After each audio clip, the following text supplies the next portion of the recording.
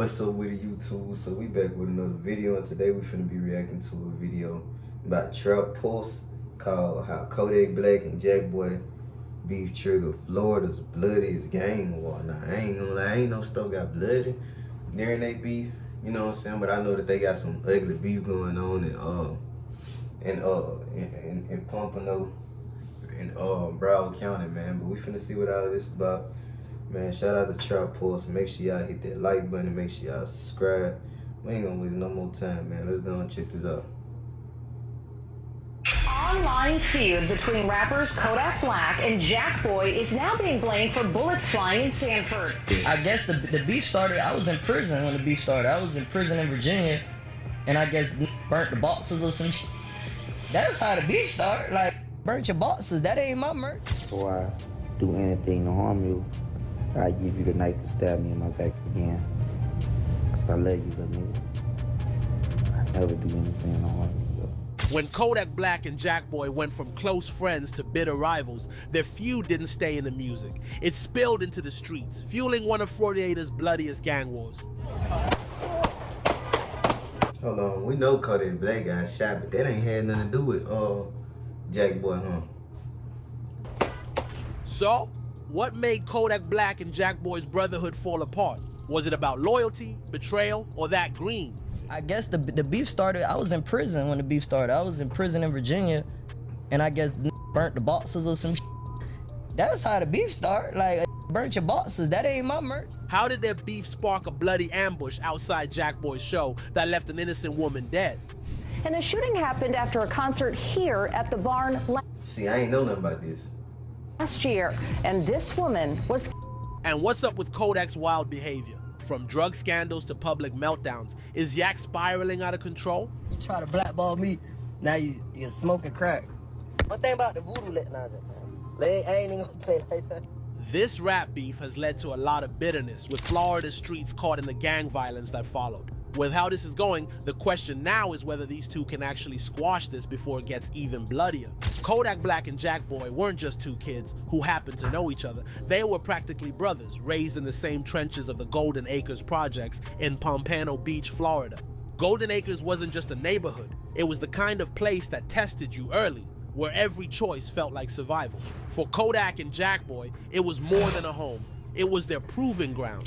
These two grew up side by side, running through the same streets, learning the same hustles, and dreaming about making it big. They was finessing together, man. Even as kids, you could see the hustle in Kodak.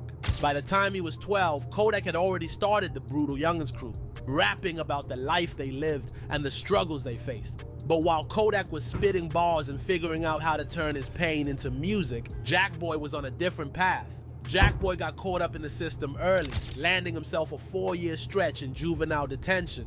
In a way, it wasn't surprising. Life in Golden Acres could chew you up and spit you out if you weren't careful. But while Jackboy was locked up, something stood out. A lot of people in his life fell back, but Kodak didn't forget about him. While most folks would have moved on, Kodak made sure Jackboy knew someone had his back.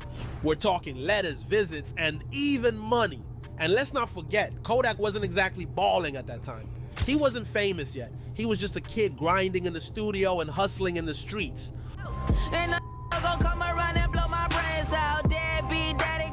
But Yak... Hey, I ain't gonna let that Kodak Black ambition. That was hard though. I give him that. Still found ways to look out for Jackboy, even when times were tough. Jackboy's mom once said that outside of her, Kodak was the only one who cared enough to hold her son down while he was locked up. That's loyalty you don't forget. When Jackboy finally came home, it wasn't just a reunion. It was like Kodak had been waiting for this moment to put his boy on. By then, Kodak was already buzzing. The turning point came when Drake, a whole global superstar, posted a video of himself vibing to Kodak's song Skirt. That cosign took Kodak from a local talent to someone the industry couldn't ignore. Not long after, Kodak signed a major deal with Atlantic Records. But Kodak wasn't about to leave his people behind. With his newfound fame, he founded Sniper Gang, a label that was as much about business as it was about putting his crew on the map.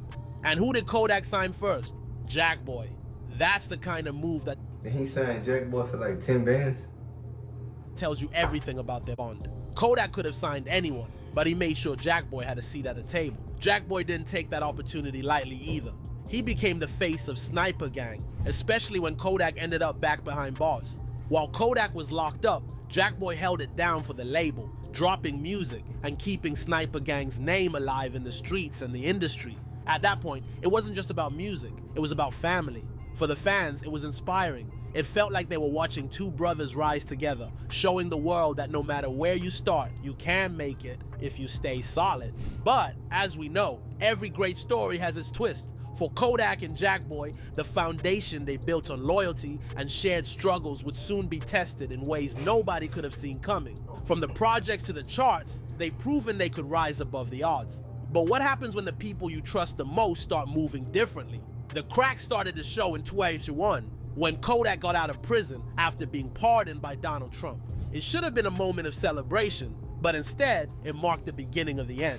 According to the streets, Kodak started beefing with Jackboy when he got out of jail because Jackboy had signed a major deal with Empire Records while Kodak was locked up. That move didn't sit right with Kodak, and when he touched down, the tension hit the roof. You see, when it comes to Kodak Black, subtlety ain't part of the playbook. If he feels disrespected, you're gonna know, period. And when the beef with Jackboy reached its boiling point, Kodak made sure everyone, from the streets to the gram, got the message. His move? One of the most outrageous flexes the rap game has ever seen. Picture this, Kodak Black standing on a boat, staring out at the open ocean, holding stacks of cash. Next thing you know, he's throwing $100K straight into the water like it's trash. Man, he did throw that money that Jackboy gave him to the ocean.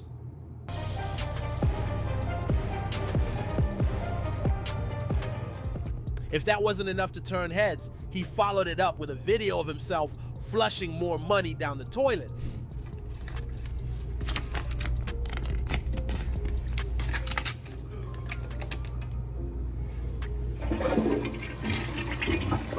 Now, this wasn't just Kodak showing off, it was a statement. In his eyes, Jackboy's money wasn't worth a dime.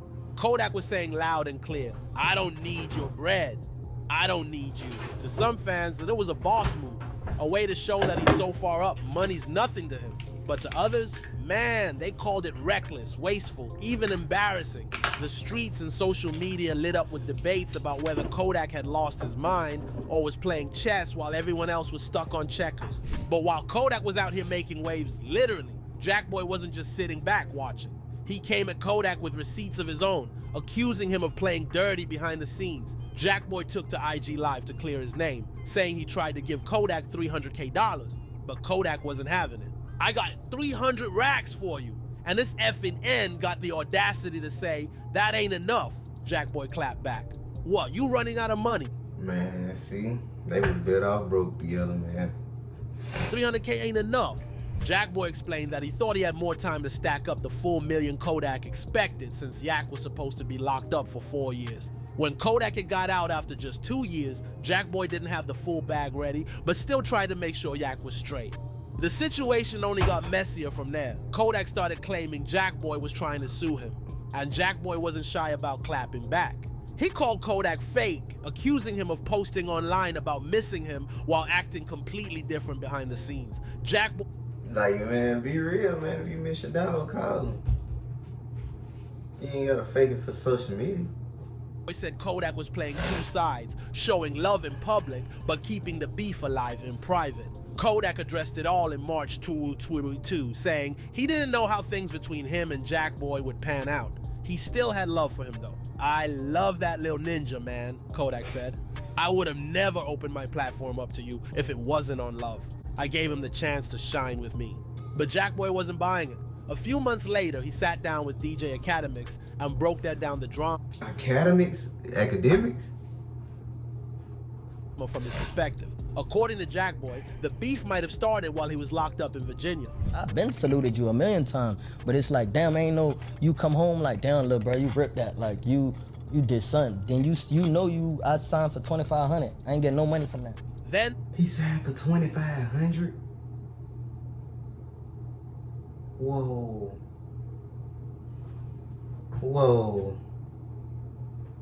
there was the contract drama. Jackboy admitted he signed his first deal with Kodak without reading it. trusting that Yak had his back. Man, the contract said Toolie $500, Jackboy revealed. My dumb ain't read a word, didn't ask for a lawyer. I just signed because I thought, this my end, I'm good.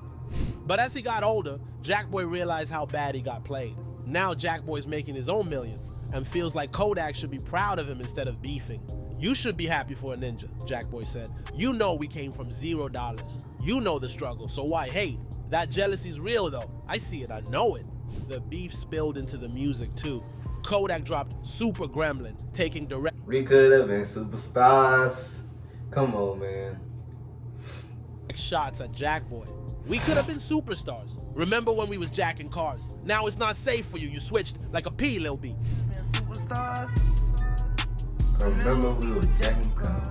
Jackboy fired back with a remix of Jay-Z's Renegade, throwing Kodak under the bus. And if you and your Lil gang, I've been a thug, you just doing it for the fame. Lame with a name, you ain't Z, you bought your way in. Mama seeing me on the news, went to prison twice, learned to fight and sharpen. There were rumors that Kodak even blocked Jackboy from performing at Rolling Loud after they started beefing, and Jackboy aired it out and rapped. Had to counter-sue. You trying to block motion, want me to be signed to you. Told Rolling Loud, y'all let him come then. I'm not gonna be coming through a hating on my success, hoping that people don't go and work with me. Then he went after Kodak for playing his own artist and said, you been a B, you tried to pull stunts with Wham and Wiz. You the only Yeah, he ended up beefing with Wham and Wiz too. That's crazy.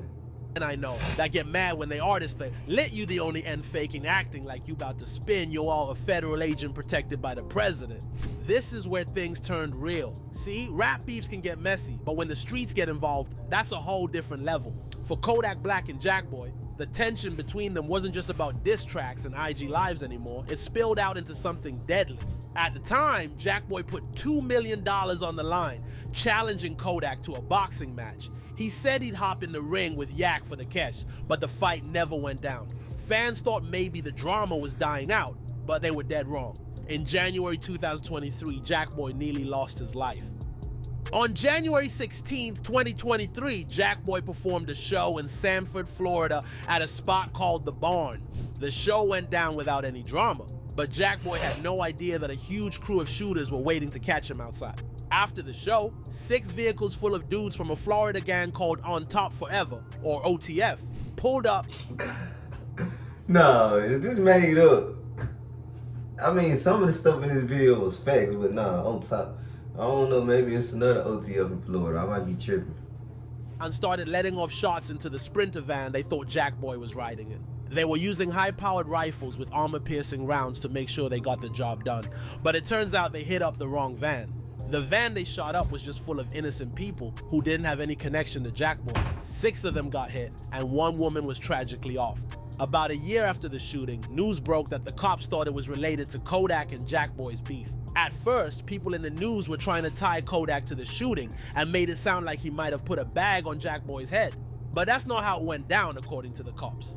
The likely motive for the incident stemmed from a very public, high-profile dispute playing out on social media and in the court system involving Jackboy and a known associate of the shooters, another rap artist, Bill Capri, known by the stage name Kodak Black. Police think they were trying to get some clout by offing Jackboy, but instead, an innocent woman ended up dead. That's why man, if you go on a mission, you gotta make sure that's your target right there, and make sure there ain't no innocent people with them too. That's done bad. R.I.P. to them though. Jackboy told Angela Yee in an interview that he got in touch with the woman's family, and the whole situation had a big effect on him. I felt it. Like, that was the first time. Like, not even for a friend or some, like, people I know. Like, I ain't never felt it before. Like, damn, life. Yeah. But that time, it was like, damn, somebody died. It was like, Yeah. Jackboy said that growing up, he got used to people getting shot and offed. But talking to the woman's dad made him realize how tragic the whole thing was. And it was the first time he felt really bad about someone he didn't know dying. That wasn't the only time someone tried to take Jackboy out though. In December 2023, someone pulled up to Jackboy's crib and shot a dude 3 times who was standing outside. When the shooting went down, rumors were flying that Jackboy had been hit and was in critical condition. Oh yeah, I remember that right there. But then Jackboy hopped online immediately to let everyone know the story was false. After the news broke that Jackboy was okay, Everyone started saying that his brother was the one who got shot and had to be airlifted to the hospital, but nobody really knows who the victim was. Cops say Jackboy was the target, and they ended up booking 2 dudes for the shooting. It's not clear why they wanted to off Jackboy, but it was a wild hit because they slid into a gated community to get at him, even though there were cameras everywhere. From there, one thing was clear. Yeah, they slide in a gated community, and there's cameras all around. Yeah, they don't care. They just trying to get you going. The friendship was done. Now, let's talk about Wiz the Wizard, the glue that could have held Kodak and Jackboy together, but instead became another reason for the divide. Wiz was more than just a mutual friend. He was family to both of them. Coming from the same streets in Florida, Wiz the Wizard was part of that sniper gang DNA. But when Wiz was found dead in September 20, the streets were left with more questions than answers. The dude was discovered lifeless in front of a home in Hallandale Beach, with rumors flying faster than bullets. Was it gang-related, a setup? Nobody knew for sure, but one thing was clear. It rocked Kodak and Jackboy to their core. This is the home where that man was found, but there are still a lot of questions left to be answered here. Namely, why did this happen, and where was this man? For a hot second, it looked like this tragedy might have been enough to squash the beef. Kodak reached out, probably realizing that life's too short for petty fights, especially when someone they both cared about was gone. Maybe Wiz's death reminded him of all the good times, those early days in the trenches, before fame and money turned friends into enemies. And Jackboy? He seemed open to the idea of patching things up, but let's be real, the wounds ran deep. You don't just bounce back from public diss tracks, accusations, and years of simmering tension overnight. Still, for a moment, fans... No, for real. I mean, yeah, you can let all of that go, but man, you gonna be thinking about this, like, man, you just said this about me on Instagram. You made this song about me. But sometimes you just gotta put that pride to the side and squash all that. Hoped this could be the turning point, the moment where 2 Florida giants put their pride aside and remembered the bond that started it all. But nah, that peace didn't last. It was like pouring water on a grease fire. It only made things worse. Instead of letting Wiz's death bring them closer, the beef escalated to new heights. Jackboy started throwing more shade, claiming Kodak was jealous of his race. And Kodak, he wasn't about to let anyone, especially Jackboy, think he was getting outshined. I guess the beef started, I was in prison when the beef started. I was in prison in Virginia, and I guess burnt the boxes or some shit. That's how the beef started, like, burnt your boxes.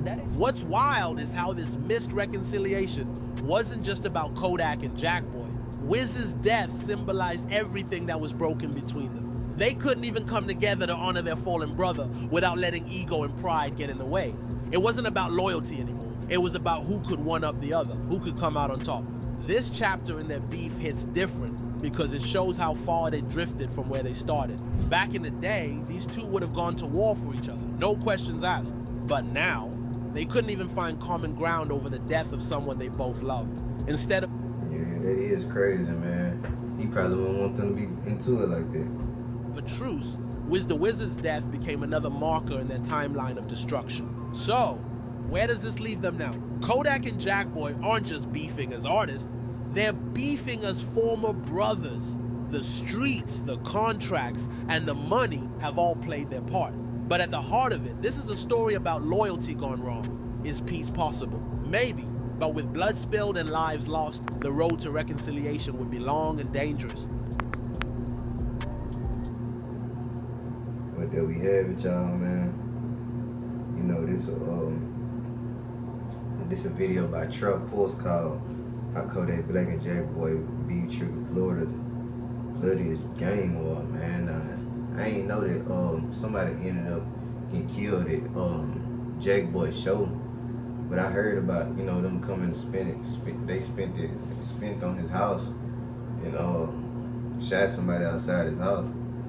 But you know what I'm saying, that could have been anything, but you know, these dudes be beefing like crazy on social media still to this day, like, and you know, I got Yak them on my shirt right here, you know what I'm saying?